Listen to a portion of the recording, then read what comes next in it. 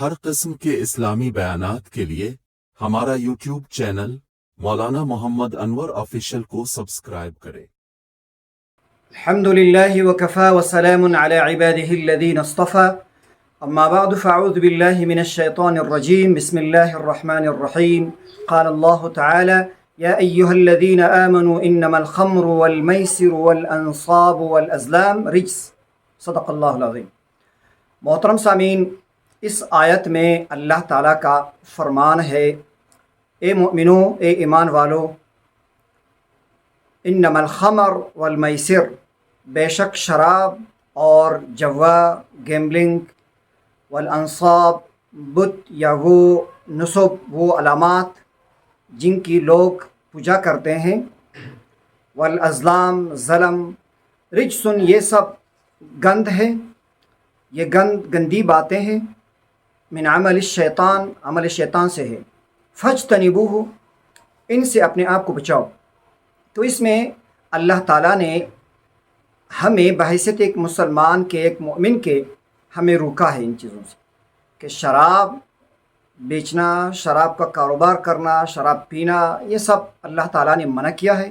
اور اسی طرح گیمبلنگ، جوا، قمار بازی، ان سے اپنے آپ کو روکنا ہے ہم نے۔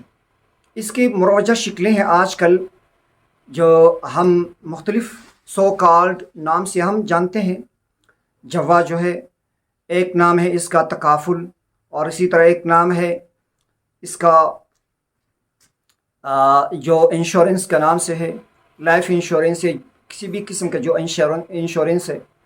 تو یہ وہ سارے وہ نام ہے کہ صرف نام کی تبدیلی ہے، باقی وہی چیزیں ہیں جن سے اللہ تعالیٰ نے ہمیں منع کیا ہے۔ جوا، جس کا ایک مروجہ شکل انشورنس ہے، آپ یہ سوچ سکتے ہیں کہ بھائی اس میں جوا کہاں سے آ گئی اور اس میں سود کہاں سے آ گیا۔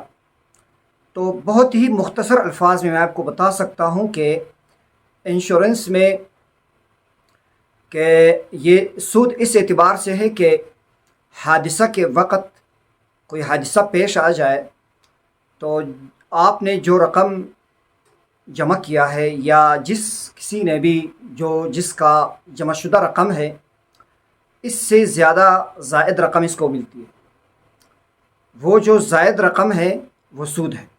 اس اعتبار سے انشورنس میں سود ہے۔ اور جوا اس اعتبار سے ہے، یہ انشورنس اس اعتبار سے ہے کہ بعض صورتوں میں اگر کوئی حادثہ وغیرہ نہ ہو تو پھر جو جمع شدہ رقم ہے وہ کسی کو واپس وہ نہیں کرتے، خود یہ جو انشورنس کمپنی ہے اس کی مالک بن جاتی ہے۔ لہٰذا اس میں غرر، دھوکہ، اور ساتھ اس میں یہ جہالت بھی ہے۔ تو جس معاملے میں جہالت، غرر، دھوکہ ہو تو شریعت نے اس کو فاسد قرار دیا ہے۔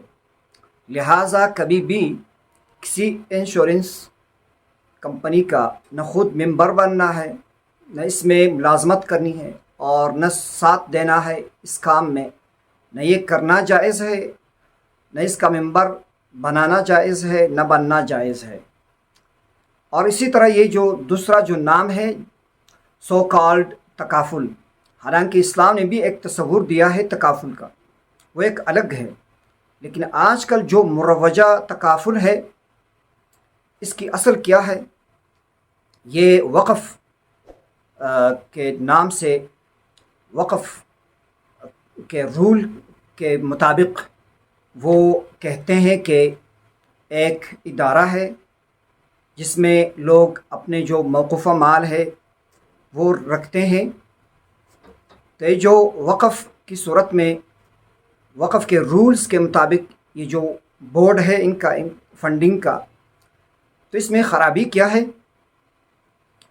پہلی بات یہ ہے کہ نام تو ہے تکافل، اور جس کی بنیاد وقف کے رولز پر ہے، اور حال یہ ہے کہ اس میں وقف کے رولز کا کوئی خیال نہیں رکھا گیا ہے۔ پہلی خرابی یہ ہے اس میں کہ یہ عقد معاوضہ ہے، لیکن نام رکھا ہے ان لوگوں نے، مختلف نام رکھتے ہیں کہ تکافل کے نام سے، وقف کے نام سے، چندہ، یہ چندہ کی جو رقم ہے وقف میں یہ وقف کی ملکیت ہوتی ہے، وقف کی ملکیت ہے۔ آپ نے ایک دفعہ چاندہ دے کر وقف کیا تو پھر آپ کو یہ چاندہ دوبارہ وہ دے دیتے ہیں کسی بھی شکل میں، تو یہ دوبارہ آپ اپنے موقوفہ مال سے فائدہ اٹھاتے ہیں۔ تو اب ایک مرتبہ آپ نے ایک مال کو، رقم کو، کسی چیز کو آپ نے وقف کیا تو پھر دوبارہ آپ اس کو استعمال میں نہیں لا سکتے، آپ اس سے فائدہ نہیں اٹھا سکتے، جس کے لیے وقف کیا ہے تو اسی کا ہوگا۔ اور اسی طرح اس میں جو نسبت عقد کی نسبت ہے یہ کمپنی کی طرف ہے، اور یہ ایک فرضی اور معنوی چیز ہے۔ تو بہت سی خرابیاں ہیں اس میں شرعی اعتبار سے۔ یہ مروجہ جو تکافل ہے یہ ناجائز ہے، اس کی اجازت نہیں ہے اسلام میں۔ تو اللہ تعالیٰ کا یہی ارشاد ہے کہ اے ایمان والو، بے شک شراب اور جوا یہ رجس ہے، یہ گندگی ہے، عمل شیطان ہے، فاجتنبوہ، ان سے اپنے آپ کو بچاؤ۔ تو اللہ تعالیٰ اس پرفتن دور میں ہمیں اس طرح کے معاملات سے اللہ تعالیٰ ہماری حفاظت فرمائے، ہمیں دور رکھے۔